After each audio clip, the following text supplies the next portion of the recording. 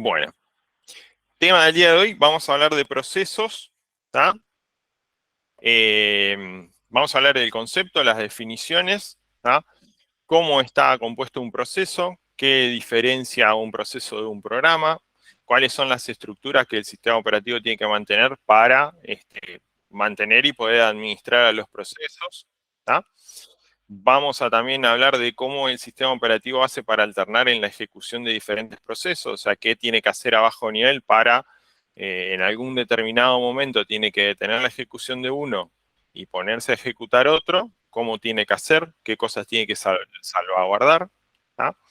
Y cómo son las diferentes transiciones, los diferentes estados y las diferentes transiciones entre esos estados en los que puede estar un proceso, ¿tá? Voy a arrancar con una pregunta. ¿Cuándo surgió el concepto de procesos? ¿Siempre existieron los procesos en los sistemas operativos?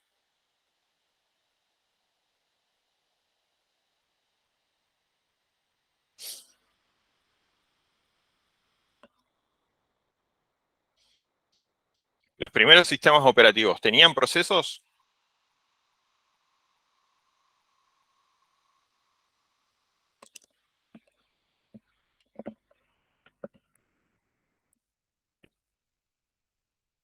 Ahí Tomás dice no sé. Bueno, Dionisio y Cristian dicen que no. ¿Está?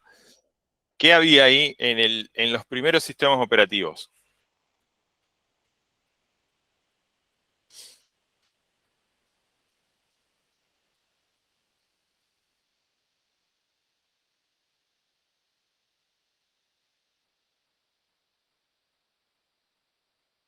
En Karina dice, calculo que deben haber surgido con los sistemas operativos. Sí, pero los primeros sistemas operativos no tenían procesos. Acuérdense cómo eran los primeros sistemas operativos. Y eran secuenciales, en general se corrían los programas secuencialmente, instrucción por instrucción. No. Alguien está hablando y lo escucho re bajito. Si puede hablar un poquito más alto. Soy Cristian, buenas tardes. ¿Me Hola, escucha? Cristian. Ahí está, ahí un poco mejor. Bueno, bueno, lo que yo recuerdo, las primeras computadoras corrían programas en forma directa a través de un proceso de un algoritmo que tenía encargado inicialmente, que ejecutaba instrucción por instrucción hasta finalizar. Era una corrida más que todo, un proceso de lote, un batch. Eso es lo que recuerdo. Por ejemplo, en máquinas Fortran o ya un poquito más nuevas las digitales, ya cuando empezaron a incorporar cintas perforadas y todo eso, todo era secuencial, inclusive habían con discos, pero de tipo espiral, como si fuese una espiral tal cual, estaban grabadas totalmente secuenciales. O sea, eso me acuerdo porque eran derivadas de máquinas que originalmente estaban programadas con fierritos. Este, Me acuerdo de las máquinas que tenían unas varillas, que se programaban varillas, ubicaciones, algo así. Sí, que tenían la memoria construida por varillas que tenían un ferrite ahí que ahí se magnetizaban y ahí se grababan las Tal cual, cosas. esa era, sí, sí. Bueno, eso que cuenta Cristian era por ahí un poco previo a los sistemas operativos cuando las computadoras directamente corrían el único programa que ejecutaban, ¿tá? Y ese programa tomaba control directo de toda la computadora, de todo el hardware de la computadora, ¿tá? Y eso era previo a los sistemas operativos. ¿Tá? Pero los primeros sistemas operativos surgieron con esa idea de tratar de abstraer un poco el manejo del hardware por parte de los programas, ¿tá? Y hacer de que ya se encargue, digamos, ese otro programa que va a ser el sistema operativo, que va a estar también cargado en memoria, del manejo del hardware y de ciertas rutinas que son comunes, ¿tá? Eh, en ese caso, ¿tá? En esas computadoras de la primera generación no había un sistema operativo, en la segunda generación ya sí había un sistema operativo que se encargaba de eso, y junto con ese sistema operativo se encargaba un único programa al cual se le denominaba a veces tarea, trabajo, job, ¿tá? Y eso era lo único que se ejecutaba, de principio a fin, ¿tá? Ahí sí, Julieta, ¿no tenían procesadores? Sí, no, tenían procesadores. Eso lo que tenía ahí, eso de que estábamos hablando de las varillas, eran los ferrites eran la memoria de esas computadoras muy, muy antiguas, ¿tá? Pero sí tenían un procesador. Lo que pasó es que se dieron cuenta que esos programas, ese programa, ese job, ese trabajo, esa tarea que estaba cargada sola junto con el sistema operativo, cuando tenía que hacer una operación de entrada y salida, ¿tá? La computadora, el procesador de la computadora se quedaba sin hacer nada, porque no tenía ninguna otra tarea para ejecutar, ¿tá? Y se quedaba sin hacer nada, y ese tiempo que estaba ahí sin hacer nada era indeseable desde el punto de vista económico, porque el procesador era un recurso extremadamente caro, o sea, habría que aprovecharlo. Entonces se les ocurrió, en vez de cargar un único programa en la memoria junto con el sistema operativo, cargar otros programas más. Y que en el momento en que ese programa, esa tarea que se estaba ejecutando, tuviera que hacer una operación de entrada y salida, tuviera que, por ejemplo, no sé, escribir un disco o imprimir un reporte o algo por el estilo, ¿tá? Le diera el lugar, ¿tá? A otro programa para que se comenzara a ejecutar. Para eso yo tenía que tener varios programas cargados en la memoria, y eso de cargar varios programas en la memoria dio lugar al término de procesos. Cuando ya hablamos de que son varios los programas que están cargados en memoria, ya no tenemos un único job, un único trabajo, una única tarea, sino que tenemos varios procesos, ¿tá? Time sharing que dice ahí Cristian, eso es similar, pero es una evolución de eso, que es cuando le damos a cada un ratito, ¿tá? Un ratito de procesador a cada uno de los procesos que tenemos cargados en memoria. Y en sus principios esos procesos eran todos de diferentes usuarios, por eso se hablaba de tiempo compartido, porque compartía el tiempo de procesador entre cada uno de los usuarios que se conectaban al sistema. Fue una evolución de eso. Lo primero fue la multiprogramación, que consistía en eso. Cuando un proceso tenía que hacer una operación de entrada y salida y el procesador iba a quedar sin hacer nada, le daba el turno a otro proceso que tenía que estar cargado en memoria para que se ejecute, ¿tá? Mientras el otro proceso hacía la operación de entrada y salida. Entonces ahí surgió el concepto, ¿tá? De procesos. Y bueno, surgió ahí con el concepto de la multiprogramación, ¿tá? Eso nos va a hacer, digamos, va a complicarle la vida al sistema operativo, porque ya tiene que administrar varios procesos que están cargados en memoria y ya no tiene que simplemente proteger a que ese único programa que está hasta ahora cargado en memoria interfiera o acceda, ¿tá?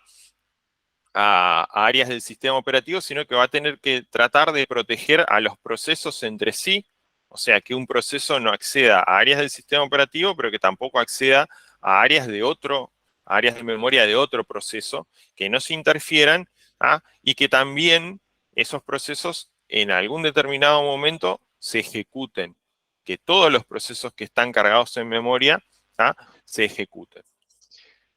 Entonces, bueno, esto obviamente le complica la vida al sistema operativo porque tiene que mejorar las tareas de control, ¿tá? Aplicar más tareas de control y aislar a los procesos, ¿tá? Unos de otros. Eventualmente, esos procesos que van a estar todos cargados en memoria se van a ejecutar concurrentemente multiplexando la CPU, o sea, dándole un rato un rato de CPU a cada uno de esos procesos, si hablamos de tiempo compartido, de time sharing, ¿tá? O, si no, por la multiprogramación pura, que es cuando un proceso hace una operación de entrada y salida, yo paso a ejecutar ¿tá? Otro de esos procesos que están ahí en memoria esperando para ser ejecutados, ¿tá? Depende de cuántos procesadores tengan, esa ejecución concurrente, o sea, a la vez, se va a dar por un paralelismo real. Si yo tengo varios procesadores y puedo ejecutar en distintos procesadores diferentes procesos al mismo tiempo, ¿tá? O puedo darle por un paralelismo aparente, ¿tá? Si se van turnando en esas técnicas de tiempo compartido de las que ya vamos a hablar un poco más adelante. Definiciones de procesos. Una dice que un proceso es un programa en ejecución. ¿Por qué? Es un programa, o sea, una serie de instrucciones que yo tengo en el disco rígido y que, llegado el caso, yo como usuario voy a ejecutar. ¿Cómo lo voy a ejecutar?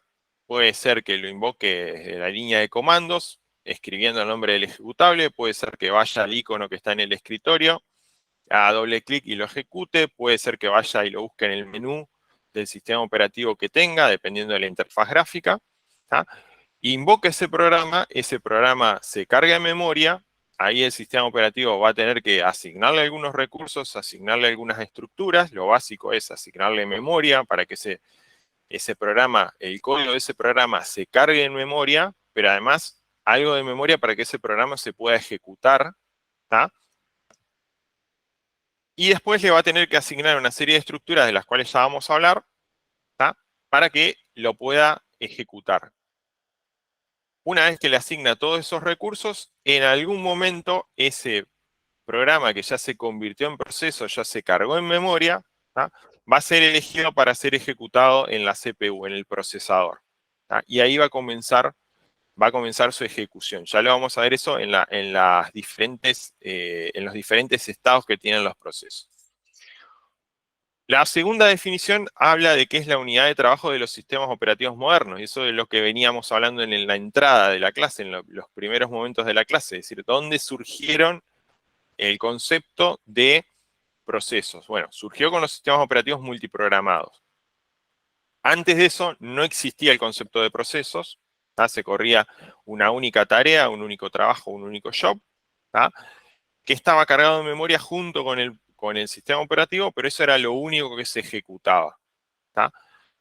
Después, con la multiprogramación, surge el concepto de cargar varios procesos para aprovechar mejor el uso de la CPU, ¿tá? Van a existir diferentes procesos. Va a haber procesos que van a ser de los usuarios y va a haber procesos que van a ser del sistema operativo.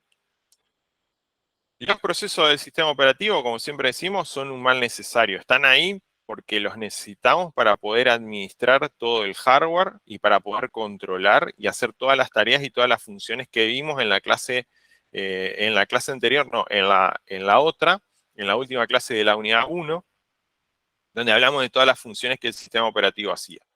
Ahora, el fin último es ejecutar los procesos de los usuarios, que es para lo que yo utilizo el sistema informático.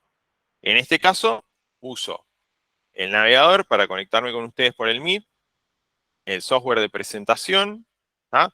Y alguna otra cosa más que tendré ahí abierta. Eso es lo que yo necesito, ¿tá? Después el sistema operativo va a tener un montón de procesos para mantener todo eso funcionando, para mantener las conexiones de red, para acceder a disco, para todo eso, ¿tá? Pero nunca nos tenemos que olvidar de que lo que yo quiero hacer con la computadora es ejecutar los procesos de usuario. Y quiero ejecutar los procesos de todos los usuarios por igual. Y en algún momento, ¿tá? Puede ser que haya un usuario que tenga menos prioridad para ejecutar sus cosas por la naturaleza de trabajo que hace o lo que sea, ¿tá? Pero en algún momento todos esos procesos de todos los usuarios se tienen que ejecutar, sí o sí, ¿tá? O sea, no puedo dejar que algún proceso de algún usuario quede sin ejecutar por alguna razón. Y el sistema operativo tiene que velar por eso y asegurarme eso, ¿tá? Ahora bien, en la primera definición yo les hablaba que un proceso era un programa en ejecución. ¿Y cuál es la diferencia entre programa y proceso? Básicamente un programa es una entidad pasiva y el proceso es una entidad activa. Se va modificando, ¿tá? Va actuando sobre el sistema informático. Un programa es algo estático. ¿Qué es un programa? Son las secuencias de instrucciones que yo tengo que ejecutar para realizar algún cálculo, alguna tarea, algún fin determinado. ¿Está? Es estático, es el código del programa de lo que yo necesito hacer. ¿Tá? Podríamos decirlo así, como las líneas de código, el algoritmo. ¿Tá? Puede que sea el código ya compilado de ese programa, ¿tá? Mientras que el proceso va a ser algo dinámico, o sea, va a ser esas líneas que se están ejecutando y están actuando sobre un área de memoria donde están modificando, ¿tá? Sus variables, las variables sobre las que está actuando. ¿Tá? Está sumando una cierta cantidad, estás utilizando un contador, ¿tá? Está almacenando en una variable el nombre de un usuario, alguna dirección o algo por el estilo, ¿tá? Va actuando sobre el sistema informático. Ya vamos a ver qué partes del proceso se va modificando y qué partes no. ¿Tá? Pero la parte de las variables es una parte que va a ser, o sea, que ese código estático que es del programa va a ir modificando. ¿Tá? El proceso tiene un contador de programas que me lleva el control de qué línea yo voy ejecutando. ¿Tá? Tiene que tener ese control de decir, bueno, yo voy ejecutando la primera sentencia, luego que ejecuté la primera sentencia tengo que ejecutar la segunda, luego que ejecuto la segunda tengo que ejecutar la tercera. Puede ser que en la tercera haya una evaluación y me haga ejecutar otra sentencia dependiendo de alguna condición, o sea, haya un salto condicional, puede ser que haya un bucle, pero tiene que llevar el control de qué es lo que se va ejecutando. Ese control lo lleva el contador de programa o Program Counter o PC, que es el que lleva la dirección de memoria donde está la siguiente línea a ejecutar del código del proceso. ¿Tá? Por ahí nosotros lo asociamos más a algo secuencial, de decir, bueno, se ejecuta la primer sentencia, después se ejecuta la segunda, después se ejecuta la tercera, pero en realidad lo que lleva el Program Counter es la dirección de memoria donde está cargado cada una de las instrucciones del código que se va ejecutando. El programa obviamente que no tiene un control de programa, un contador de programa porque no lo necesita, el programa no necesita eso, tiene todas las líneas de código, pero no necesita de tener ese atributo, ese contador de programa. Después está otra diferencia, es el tiempo de vida del programa, que va a existir desde que yo creo el archivo, o lo edito y lo grabo, hasta que el archivo. ¿Cómo puede ser ese archivo? Puede ser que sea un archivo de texto donde yo pongo el código en lenguaje de alto nivel de lo que yo quiero ejecutar. Voy poniendo las instrucciones, en ese caso las instrucciones son más legibles para mí, suponiendo que yo sé algo del lenguaje en el que está escrito. O puede ser de que yo cree un archivo de texto donde ponga el código y después lo que haga sea compilar ese código para que se generen instrucciones a un nivel ya más cercano a la máquina, se genere un binario. ¿Tá? En ese caso yo no voy a poder comprender lo que está ahí, podría llegar a verlo, pero la verdad que es bastante tedioso, digamos, ¿tá? Pero voy a ver instrucciones que son muy a bajo nivel, ¿tá? Y que va a entender la máquina. En ese caso estoy hablando de algo que es un programa que es compilado. ¿Tá? En este caso, el tiempo de vida de ese programa será desde que se compila hasta que yo elimine, bueno, que se compile y se genere ese binario, ese archivo ejecutable, hasta que yo lo elimine. En el caso del proceso, va a existir desde que lo invoque, ¿tá? Y desde que invoque ese ejecutable de las formas que vimos, desde la línea de comandos, desde el icono del acceso directo en el escritorio, desde el menú, desde abrir el administrador de archivos, buscar el ejecutable y darle doble clic y ejecutarlo, ¿tá? Finalice la ejecución. ¿Cómo finalizo la ejecución? puede ser que busque la opción en la ventana donde está cerrar, cierre ese proceso. Puede ser de que, no sé, de que ese proceso no sea interactivo, sino que lo que haga es ejecutar una serie de instrucciones de principio a fin, y cuando termina, llega al final, a la última instrucción, termina su ejecución y listo, el proceso solo termina y listo, no necesita que yo le dé alguna orden para que finalice su ejecución, sino que simplemente hizo lo que tenía que hacer, finalizó su ejecución. Puede ser que finalice por una condición de error o porque algún usuario lo quiso cerrar deliberadamente. Esas son todas opciones, pero el proceso va a finalizar ahí. Cuestión: programa puede haber uno solo, pero pueden haber varios procesos, o sea, varias instancias de ese mismo programa corriendo a la vez. Supónganse un editor de texto, yo puedo tener un único programa, pero puedo tener varios procesos que van a ser la ejecución de ese programa, de ese editor de texto, editando cada uno un documento diferente. Y cada uno va a tener su tiempo de vida diferente porque yo lo invoqué en distintos momentos y lo voy cerrando a medida que voy terminando la edición de cada uno de los archivos. ¿Cómo está compuesto un proceso? Básicamente va a tener tres regiones: el código, los datos y la pila. Puede ser que haya otra región más, pero en general va a tener siempre estas tres regiones. El código va a ser lo que también se conoce como texto y son las funciones, digamos, las órdenes, las instrucciones que se van a ir ejecutando. Es básicamente lo que yo creé al crear el programa.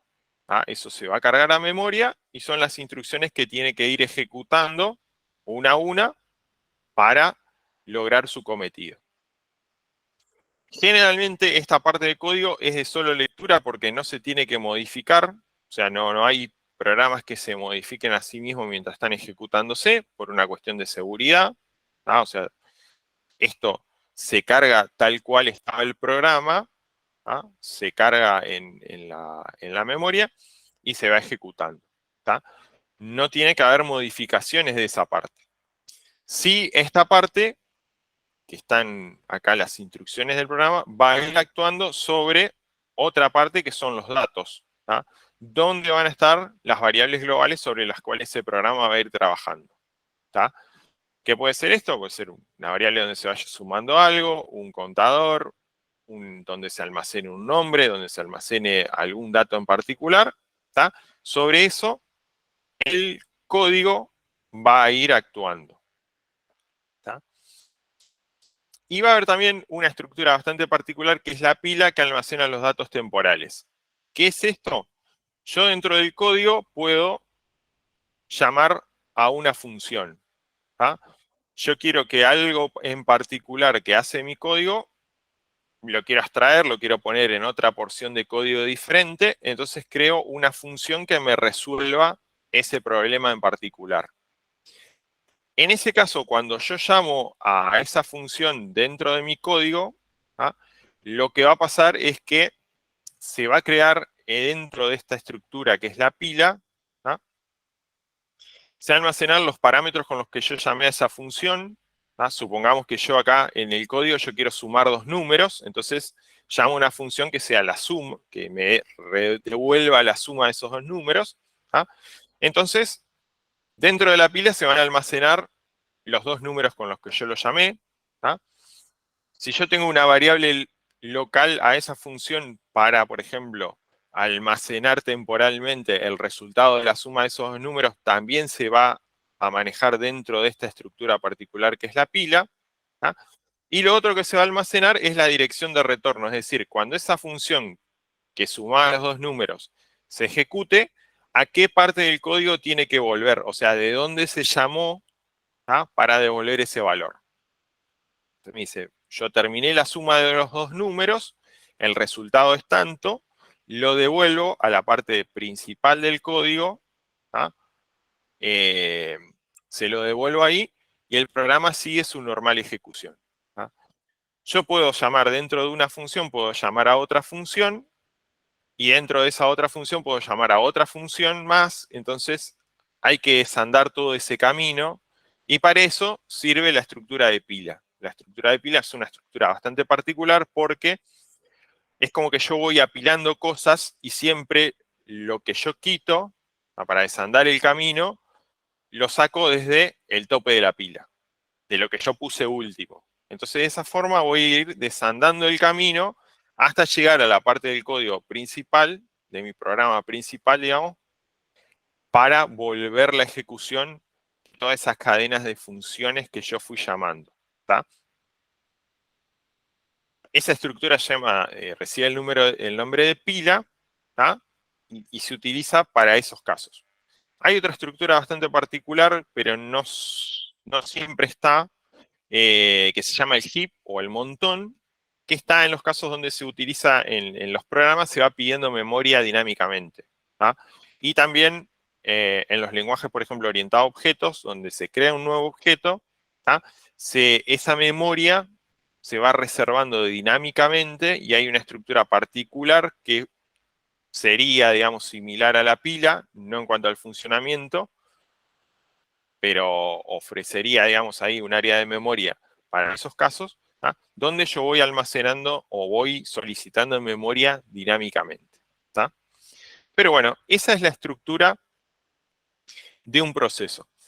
Algo importante a saber, ¿tá? De que como el código es de solo lectura, ¿tá? Algo que yo puedo hacer es directamente, por ejemplo, en el caso de que yo cargue dos programas, mejor dicho, que cargue un mismo programa, como por ejemplo un procesador de texto, y yo quiera abrir dos documentos, ya vamos a ver en memoria cómo se hace eso, yo lo que puedo hacer es ahorrarme este código, ¿tá? Porque como es de solo lectura, por algunos mecanismos, yo puedo ahorrarme de volver a cargar este código y utilizar el código de un proceso que ya está cargado. ¿Tá? Me ahorro, por ejemplo, si yo tengo que abrir dos editores de texto, ¿tá? Que son el mismo programa, el mismo editor de texto, pero para editar dos documentos diferentes, la parte del código de ese editor de texto me lo puedo ahorrar. ¿Tá? Entonces yo cuando cargo la primera vez que cargo, que quiero editar un documento, cargo el código de ese editor de texto, pero la segunda vez, por algunos mecanismos y en algunos casos lo puedo hacer, ¿tá? Ya puedo obviar cargar ese código y aprovechar el código que ya está cargado. Eso se llama código compartido, ya lo vamos a ver cuando hablemos de memoria.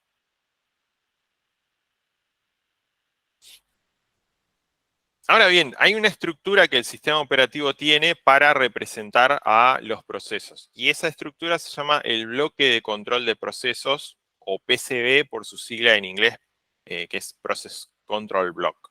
¿Tá? Que básicamente va a contener la información básica, ¿tá? Asociada a cada uno de los procesos. Para el sistema operativo es como que el proceso va a estar representado por esa estructura. Y va a tener dos funciones. Una es la de localización. O sea, cuando el sistema operativo quiere localizar al proceso y acceder a la información del proceso, lo va a hacer a través de esa estructura. Lo va a hacer a través del PCB. ¿Tá? Para el sistema operativo, el proceso no es otra cosa que el PCBS, donde está la información básica del proceso.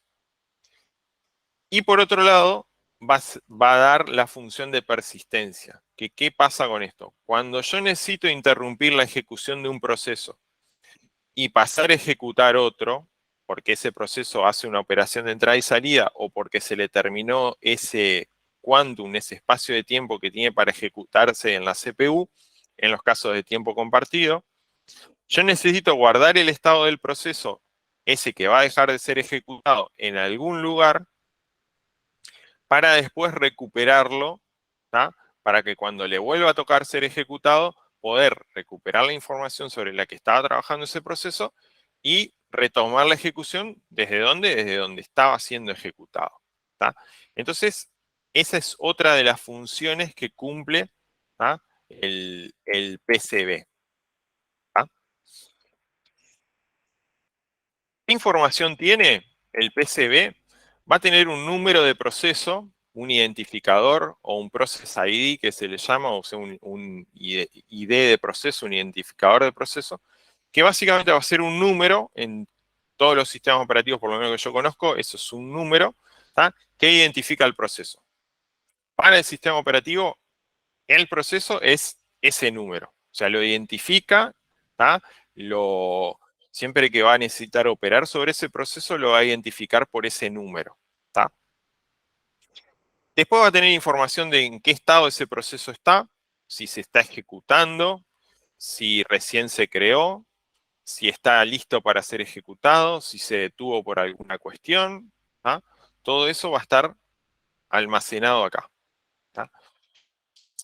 Va a tener el contador del programa, el PC, el program counter, ese del que hablamos ahí cuando hablamos de la diferencia entre programa y proceso, ¿tá? Que le va a indicar la dirección de la instrucción que tiene que ejecutar, ¿tá? La dirección de memoria donde está la instrucción que tiene que ejecutar luego. Importantísimo esto porque tiene que guardarse esto, ¿tá? ¿Para qué? Para llevar el control de qué es lo que se está ejecutando en ese proceso, hasta qué paso yo ejecuté. ¿Por qué? Porque si yo lo tengo que interrumpir, ¿tá? Tengo que guardar el contador del programa en donde quedó para volverlo a reanudar, ¿tá? De igual forma, los registros de la CPU. O sea, cuando este programa se estaba ejecutando, estaba operando sobre cierta información en los registros de la CPU y esos registros se tienen que guardar, ya vamos a ver cómo, se tienen que resguardar cuando yo interrumpo la ejecución de este programa, de este proceso, perdón, para ejecutar otro. Lo tengo que guardar junto, ¿tá? Con el contador del programa. Otra cosa que tengo que guardar es la información de la gestión de memoria, ¿tá? Que está acá. ¿Qué es la información de gestión de memoria? Es dónde está guardado el proceso en memoria. ¿Cuál es el área de memoria que le corresponde a ese proceso? En los casos de los sistemas operativos más antiguos, ya lo vamos a ver con más detalle cuando hablemos en la unidad siguiente de gestión de memoria, ¿tá? En el caso de los sistemas operativos más antiguos, se hablaba de un registro base y un registro límite, es decir, los procesos estaban cargados todos en forma contigua en memoria, se le asignaba un espacio, desde un inicio hasta un final, ¿tá? Ese espacio de memoria todo contiguo era de ese proceso. Entonces se definían los límites. Tal proceso arranca en tal dirección de memoria, ¿tá? Y termina en tal dirección de memoria.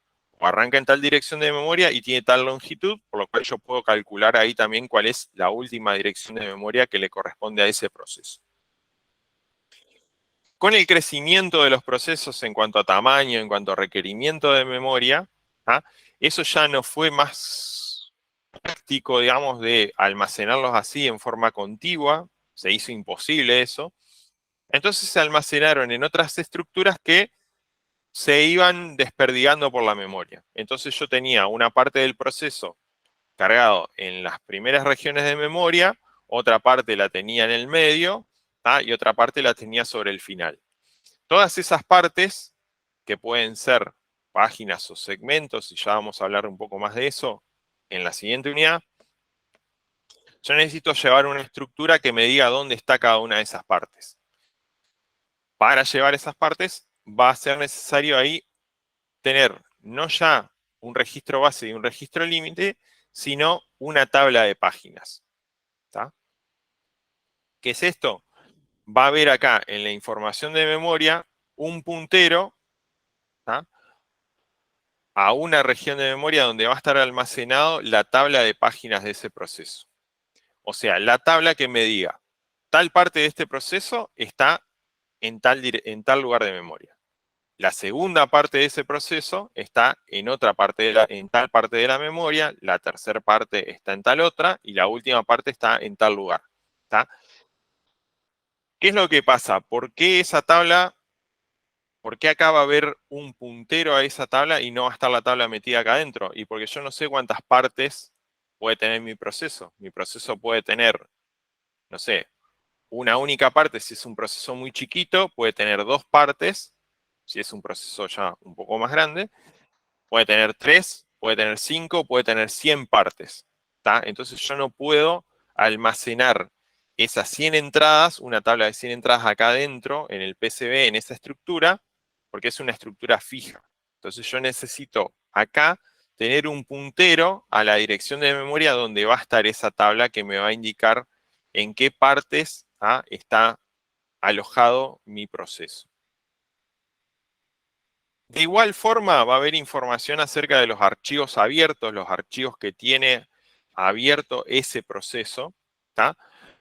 Va a haber una información ahí también en forma de un puntero que va a apuntar a una tabla que me va a indicar cuáles son los archivos que ese proceso tiene abiertos. ¿Tá? Acá volvemos a lo mismo. Puede ser que mi proceso no tenga abierto ningún archivo, tenga abierto un archivo, tenga abierto 2 o tenga abierto, no sé, 20 archivos. No puedo almacenar esa información dentro del PCB, tengo que hacerlo en una tabla que es externa, pero que va a estar acá vinculada en este campo de acá. También va a tener información de los dispositivos de entrada y salida que estoy ocupando, a qué dispositivos de entrada y salida estoy queriendo acceder, en qué estado estoy cuando estoy queriendo acceder a esos dispositivos de entrada y salida, qué operación estoy queriendo hacer, si ese dispositivo puede ser que esté ocupado y tenga que esperar, entonces ahí toda esa información va a estar acá. Puede ser que yo quiera, no sé, imprimir algo desde este proceso y resulta que la impresora está ocupada o la estoy esperando a que se desocupe, o en definitiva sí estaba libre y la estoy esperando que ese proceso de impresión, a que la impresión termine y me informe de que le fue bien o que no se le acabó el papel o no hubo ningún otro inconveniente. Toda esa información va a estar acá.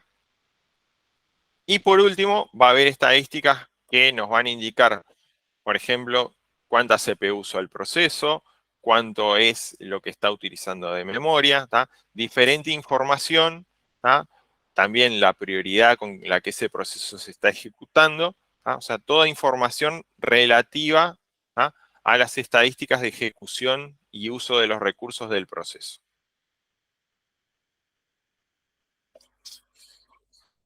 Ahora bien, estos PCB, estas estructuras, el bloque de control de procesos, es una estructura que es del sistema operativo, o sea, no es del proceso, sino que el sistema operativo se las presta a cada uno de los procesos que se quieren ejecutar en el sistema. Son unas estructuras que se crean cuando el sistema operativo bootea y son unas estructuras que son limitadas, o sea, el sistema operativo no tiene, no sé, por decir algo, una cantidad tremenda de PCBs para ejecutar los diferentes procesos, sino que tiene una cantidad limitada de ellos. Por eso es que nosotros no podemos ejecutar una cantidad infinita de procesos, sino que tenemos que ejecutar una cantidad más bien limitada de eso.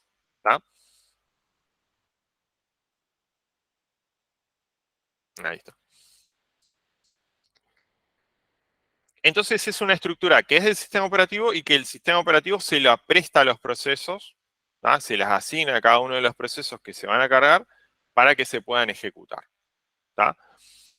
Esas estructuras están en memoria, pero no están sueltas, sino que están vinculadas a una estructura más general que se llama el bloque de control de sistemas, o SCB por su sigla en inglés. Que básicamente lo que va a tener es una lista, una lista vinculada a cada uno de los PCB. Acá va a estar el PCB del proceso 1, acá va a estar el PCB del proceso 2, acá va a estar el PCB del proceso N. También va a tener un puntero a una lista de los procesos que estén en diferentes situaciones, en diferentes estados. Por ejemplo, acá va a tener una lista, un puntero a una lista de los procesos que estén listos para ser ejecutados. Es decir, los procesos que en cualquier momento pueden ser seleccionados para ser ejecutados por el procesador. También va a tener una lista de los procesos que están en ejecución, es decir, que están dentro del procesador siendo ejecutados en ese momento. Si tenemos un único procesador y ese procesador tiene un único núcleo, acá no tendremos una lista, sino que tendremos un puntero a un único PCB. Pero si tenemos ya un procesador que soporta muchos núcleos o muchos procesadores, esto ya acá, la lista de procesos en esto, va a tener, digamos, muchos más PCBs. También van a estar los procesos que están bloqueados, o sea, los procesos que van a estar esperando por una operación de entrada y salida, pero que no la pueden terminar porque o bien están esperando a que el dispositivo termine de efectuar esa operación de entrada y salida, que la impresora termine de imprimir, que el disco termine de grabar los datos que el proceso le pidió grabar, o que termine de leer los datos que le pidió leer.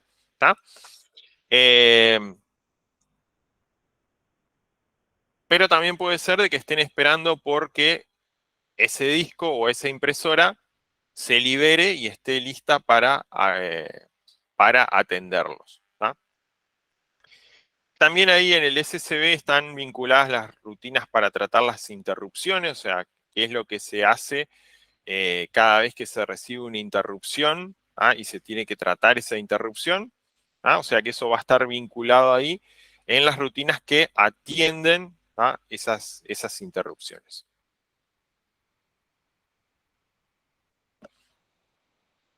Preguntaba ahí Franco si el número de procesos es el PID. Sí, sí, esa es la sigla de Process ID. Tomás pregunta, ¿para el número de procesos utiliza el IPS? No sé a qué te referís ahí con eso.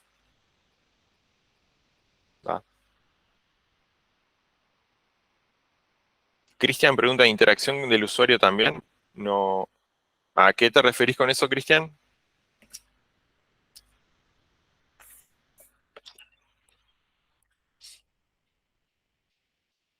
Los procesos bloqueados. Sí, puede ser que estén esperando o que haya, por ejemplo, una interacción con el usuario, un ingreso por teclado o algo por el estilo. Sí, también puede ser. Sí, también puede ser ese caso. Sería un dispositivo más de entrada y salida. En ese caso es de interacción con el ser humano, digamos.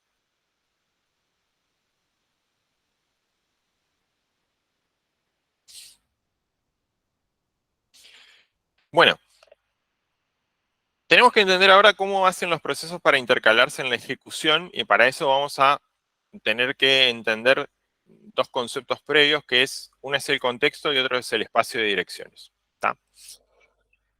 Básicamente el contexto es toda la información que el sistema operativo necesita para administrar la ejecución de un proceso. Es información que necesita el procesador para ejecutar ese proceso. ¿Cuál es esa información? Básicamente los registros del procesador, el contador de programa, el program counter, información de prioridades e información de operaciones de entrada y salida que estén pendientes o que se estén realizando en ese momento. Sobre este contexto, en general, ya vamos a ver que va a operar el sistema operativo. Pero es toda información que yo necesito para, si en algún momento yo necesito detener la ejecución de ese proceso y poder reanudarlo y que continúe en las mismas condiciones en que se está ejecutando hasta ese momento. Eso es el contexto.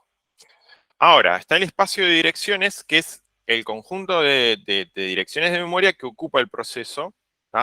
Esto no incluye al PCB ni a las tablas que estaban vinculadas al PCB dentro del PCB. No dentro del PCB, sino que se vinculaban desde dentro del PCB, estaban fuera del PCB, pero se vinculaban desde el PCB. Y estos son el espacio de direcciones donde están los datos sobre los que opera el proceso. En este caso,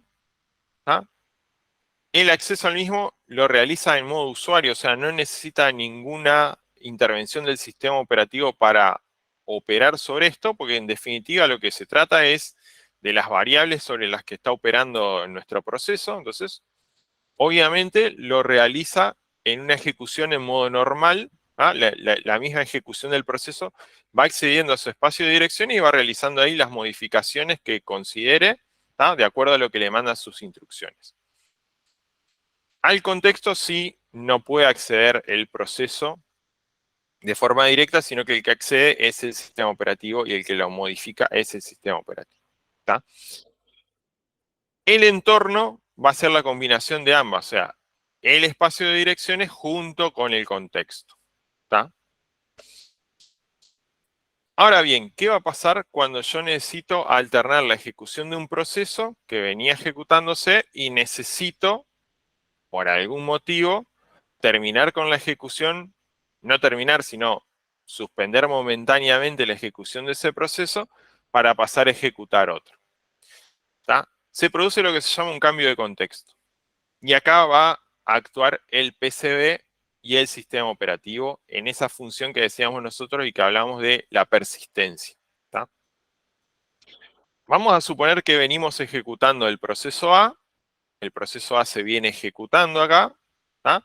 En modo usuario, accediendo a su espacio de direcciones sin ningún problema, llega un punto acá donde necesita hacer una operación de entrada y salida o el tiempo que tenía para ejecutarse en el procesador se le terminó. ¿Tá? Entonces, ¿qué va a pasar?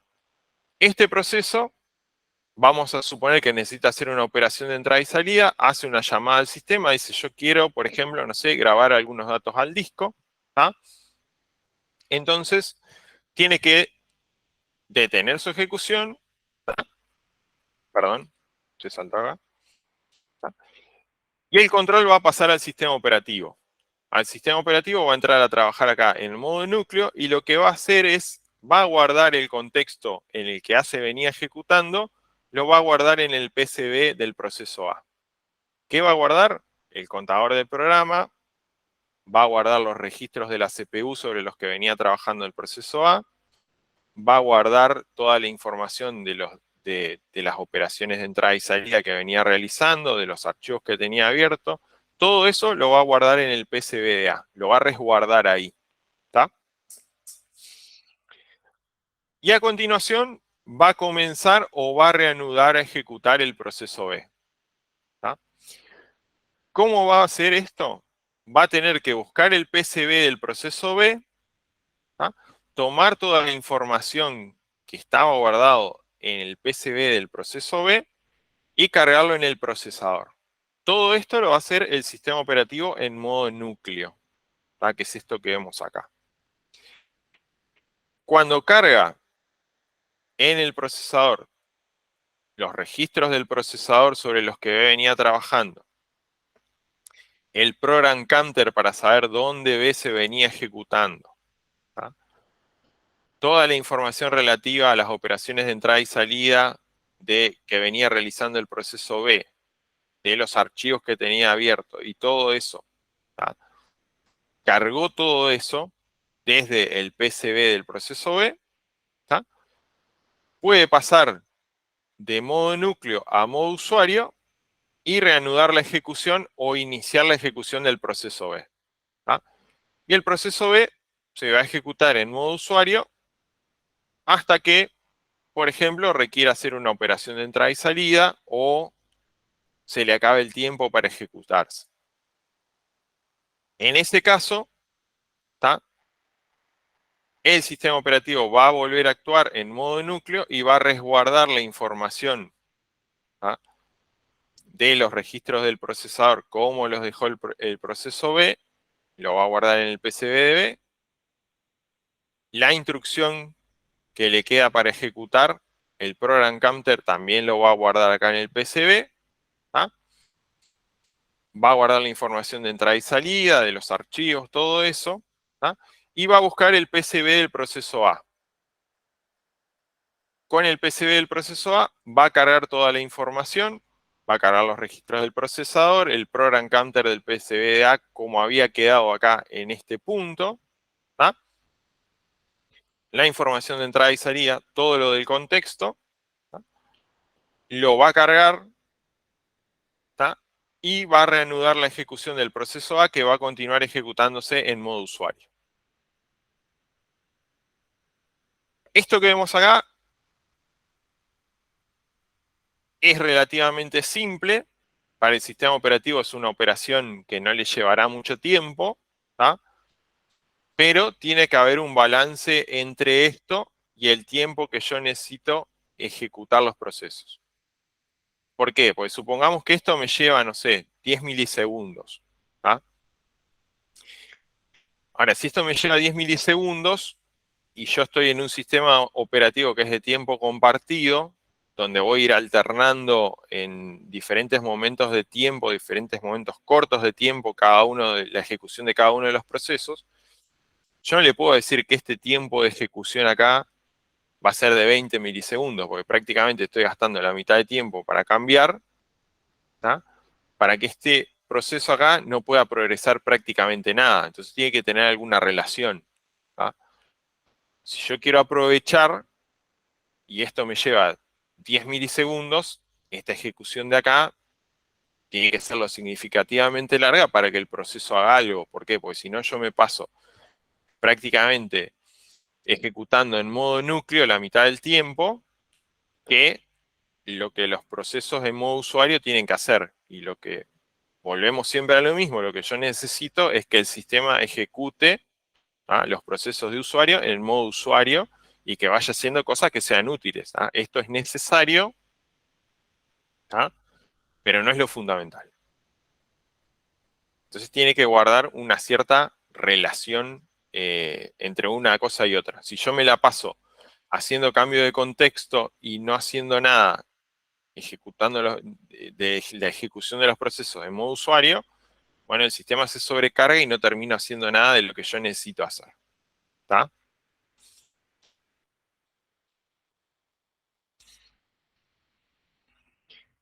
Bueno, ¿cuáles son los estados de los procesos y las interacciones que puede haber o las diferentes transiciones entre esos estados que puede haber? ¿Está? Permiso.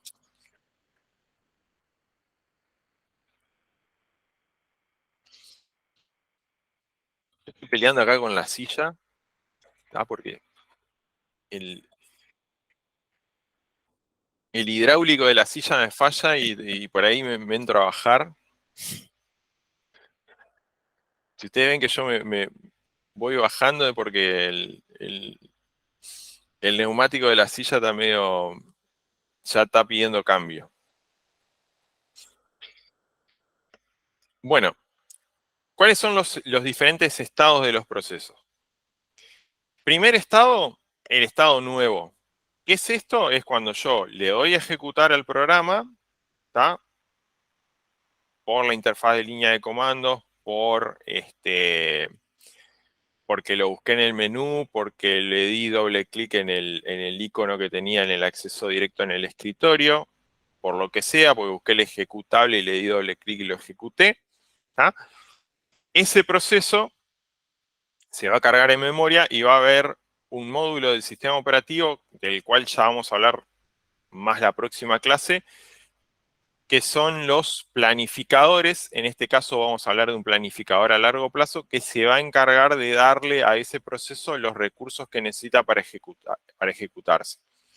¿Cuáles son esos recursos? Básicamente, le va a asignar un PCB, ¿tá? Recordemos, los PCB son estructuras del sistema operativo que el sistema operativo le va a asignar y le va a prestar a los procesos para que puedan organizarse. Y después que le asigna un PCB, le va a asignar memoria para que ese proceso, ese programa, mejor dicho, pueda cargarse en memoria, ¿tá? Cargar su código en memoria para que pueda mantener también los datos de las variables que necesita, la pila y todas las demás estructuras que vimos, ¿tá? Y cuando todo eso pase, ¿tá? El proceso va a pasar de un estado nuevo, o sea, de un estado de creación, ¿tá? A un estado listo. ¿Qué es esto? Cuando ya se le asignó el PCB, se le asignó la memoria, se le asignaron todos los recursos que el proceso necesitaba para ejecutarse, ¿tá? Y ya está ahí en una cola que se llama cola de procesos listos, listo para que en cualquier momento otro planificador, que es el planificador a corto plazo, lo seleccione y pueda pasar al procesador a ejecutarse. ¿Tá? Esto va a pasar en este caso, va a haber un despacho del planificador. En este caso el planificador a corto plazo, ya lo vamos a ver más en detalle la clase que viene, ¿tá? Pero este planificador lo que se va a encargar es de seleccionar de todos los procesos que está listo, alguno para que se ejecute en el procesador, ¿tá? Se va a encargar también de realizar todos los pasos del cambio de contexto, o sea, de salvaguardar en el PCB del proceso que está acá en ejecución, ¿tá? Y de tomar el PCB de este que está listo para cargarlo acá en el procesador y que se pueda ejecutar por primera vez o que reinicie su ejecución, ¿tá? De todo eso se va a encargar el planificador a corto plazo. El planificador a corto plazo va a elegir este proceso, va a elegir un proceso particular de todos los que están acá listos, teniendo en cuenta un criterio particular del cual vamos a hablar en la próxima clase. O sea, cada algoritmo, hay diferentes algoritmos y cada algoritmo va a tener un criterio diferente, ¿tá? Pero vamos a suponer por ahora de que por un criterio X elige algún proceso de los que están acá en la cola de listos y lo pone en ejecución, ¿tá? Una vez que está en ejecución, ¿qué puede pasar? Puede pasar de que el proceso termina su ejecución, ¿tá? Llega a la última línea que tiene que ejecutar, ejecuta una llamada al sistema que se llama exit, ¿tá? Salir, y ese proceso pasa de estado en ejecución a finalizado, ¿tá? Otra cosa que puede pasar que el usuario presione sobre la cruz en la ventana y lo quiera cerrar, lo cierra, ¿tá? Si es un proceso que es no interactivo y se ejecuta desde principio a fin, ¿tá? Cuando ejecuta la última instrucción, ejecuta esa llamada al sistema, salir o exit, ¿tá? Y pasa a estado finalizado, ¿tá? Eso sería como el flujo más común, digamos, del ciclo de vida, ¿tá? Pero pueden pasar otras cosas más, como por ejemplo, puede pasar de que se le termine el quantum, se le termine esa porción de tiempo, ¿tá? En los sistemas operativos que son de tiempo compartido, a este proceso que estaba en ejecución se le termine ese tiempo chiquito que tenía para ejecutarse, se le termine el quantum, en cuyo caso va a haber una interrupción y ese proceso va a salir de estado en ejecución y va a volver a estado listo, va a volver del procesador a ponerse en la cola de procesos listos. ¿Tá? ¿Qué es lo que vuelve acá? A ponerse en la cola de procesos listos, el PCB de ese proceso, ¿tá? Obviamente que yo voy a tener que resguardar los datos, voy a tener que resguardar el contexto de cómo estaba acá en ejecución ese proceso en el PCB, ¿tá? Y volver a ubicar el PCB en la cola de procesos listos, ¿tá? Y ahí quedará esperando a que vuelva a ser elegido por el planificador para volver a ser ejecutado, ¿tá? Otro caso puede ser que el proceso esté en ejecución y haga una llamada al sistema porque quiere ejecutar una operación de entrada y salida, ¿tá? Supongamos que este proceso quiere escribir un dato a disco, ¿tá? En ese caso, ese proceso va a pasar a esperar por el dispositivo que necesita en ese caso. Para el ejemplo, era el disco, ¿tá? Y acá puede que haya, dependiendo del dispositivo, de cómo se utiliza y todo eso, puede que haya otra cola, ¿tá? De espera para ese dispositivo. Como acá había una cola de espera para acceder al procesador, bueno, acá habrá una cola de espera para acceder al disco. O habrá una cola de espera para acceder a la impresora, ¿tá? No, se saltea acá con la rueda del mouse.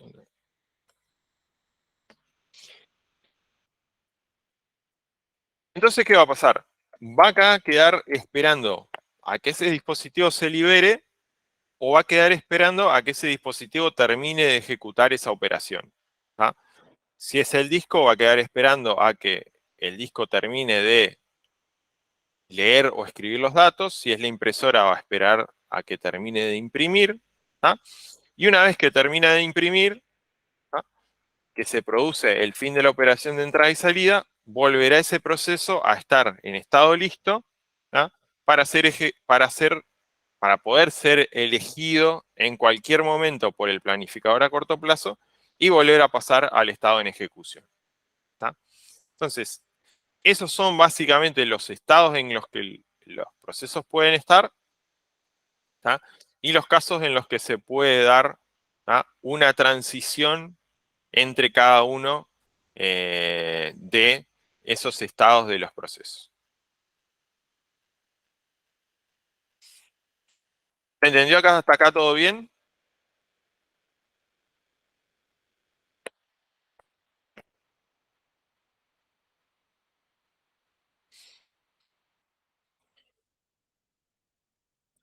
Bueno,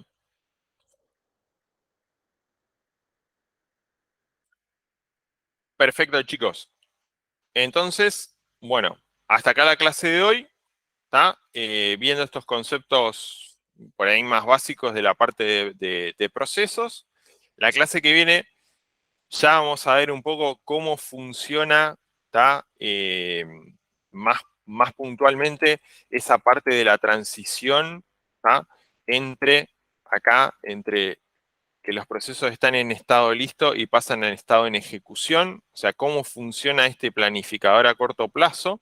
Vamos a ver casos particulares de eso, ¿tá? Va a haber varios algoritmos, vamos a ver las ventajas y desventajas de cada uno. Hay por ahí algunos algoritmos básicos, otros quedarán para que los vean ustedes cómo funcionan, ¿tá? Pero el funcionamiento básico, ¿tá?, de esos mecanismos, de esos algoritmos, ¿tá? Entonces, bueno, hasta acá la clase de hoy. Ahora a la noche cuelgo la grabación y bueno, y nos volveremos a ver la clase que viene.